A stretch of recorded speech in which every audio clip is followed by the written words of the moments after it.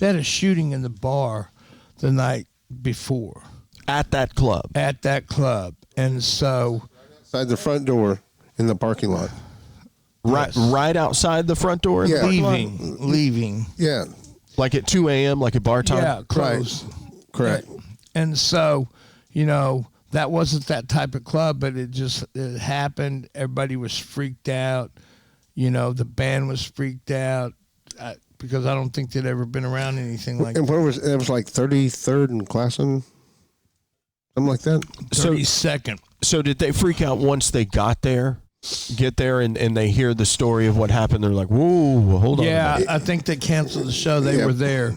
And just, it was, and I don't think the management there wanted to do anything. They didn't want to do the show. The show would have been huge if it had happened. I mean, that's next to Blind Melon. Yeah, that's at the height of Blind Melon. Well, they really. were getting ready to there was that warrant syndrome that we started with. It was ready to explode. The Bumblebee was in full effect at that time. And that club was a cool club, too. I mean, kind of tell them about the club, Max. The club was 2 levels. It was an old church. You had 2 levels, and then you had a basement.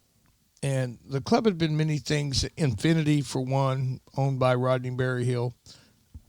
And it was a venue sometimes. You would play. The Bowery. It was the Bowery for a while. It was the Bowery for a while back in the day. I saw James Brown there. I saw, and that was when James wasn't James. And I saw Randy Hansen, the dude who could do Jimi Hendrix like nobody's business. I think REM. I saw this one band in there. They were called Tex and the Horseheads.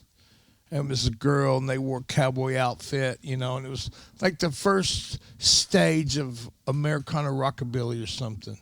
But I always remembered that name and that band. They didn't do very good. They're out of Texas. Now,